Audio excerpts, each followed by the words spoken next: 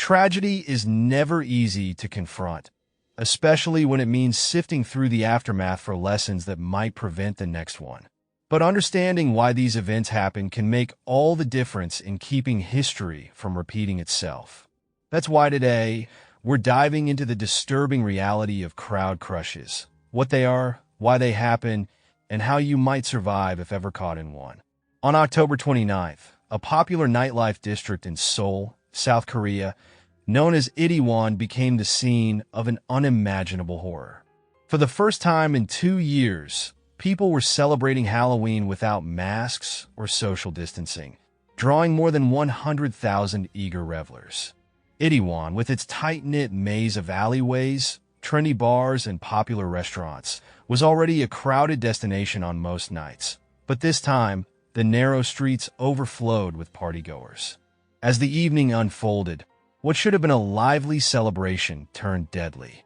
Around 6:34 p.m., the first emergency call was placed, with a caller warning of an alarming crowd buildup near the Hamilton Hotel. By 10:20 p.m., the situation escalated into a full-blown catastrophe. In the narrow alley, a mere 45 meters long and just over 3 meters wide, chaos struck. The crowd's density grew so intense that people near the top of a slope fell onto those below, creating a human wave that emergency responders struggled to manage for hours. Despite the presence of hundreds of paramedics and ambulances, 156 lives were lost. Such tragedies are not new. They happen all over the world, from Astroworld in 2021 to religious pilgrimages in Mecca. Yet authorities still seem to overlook the lethal dynamics of crowd behavior, often failing to deploy sufficient safety measures. Understanding what happens in these situations isn't just about dissecting the details. It's about learning to recognize and respond to the warning signs before it's too late. When high-density crowds form, there are 3 major risks: crowd crush, crowd pressure, and crowd collapse.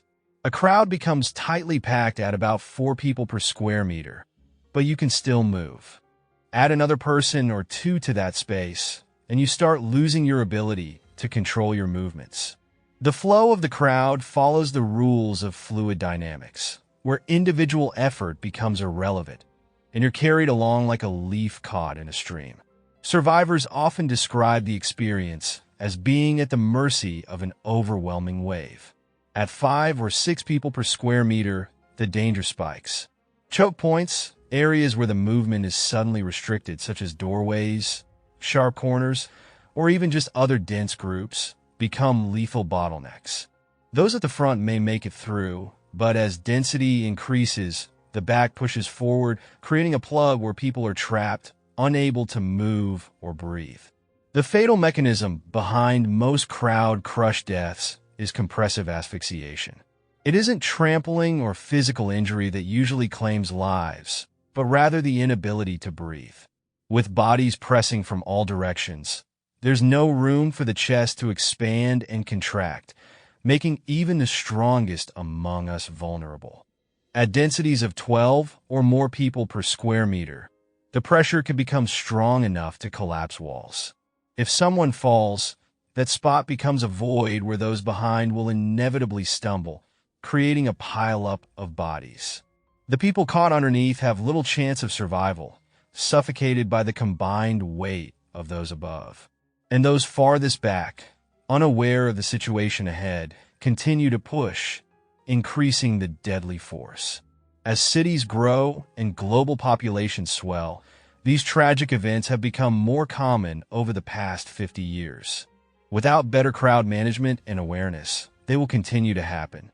But by understanding the signs and knowing what to do, you can potentially protect yourself if you find yourself in a threatening situation. If you notice movement becoming restricted, start edging toward the periphery of the crowd. Don't resist the crowd's flow head-on. Instead, move with it, then diagonally backward to escape. Think of it like escaping a riptide. You don't fight it directly, but use its momentum to navigate away. If you drop something, leave it. Nothing is worth your life. If you do fall, try to assume a rigid fetal position with your arms over your face and chest to create space for breathing. When standing, keep your arms in front of your chest to avoid having them pinned by the crowd. And most importantly, don't scream. Preserve your breath. While we hope these precautions are never needed, the reality is that crowd crushes happen without warning. They strike at concerts, parades, sporting events, and festivals, anywhere the human spirit gathers in large numbers. It's crucial to be aware and ready to act. The world shouldn't be a place where something as simple as celebrating life can turn deadly. But until we see better crowd management, awareness is our best defense. If you're ever caught in such a moment, move strategically, protect your breathing, and stay aware. Because the tragedy isn't just in the numbers, it's in the lives lost and those that could have been saved.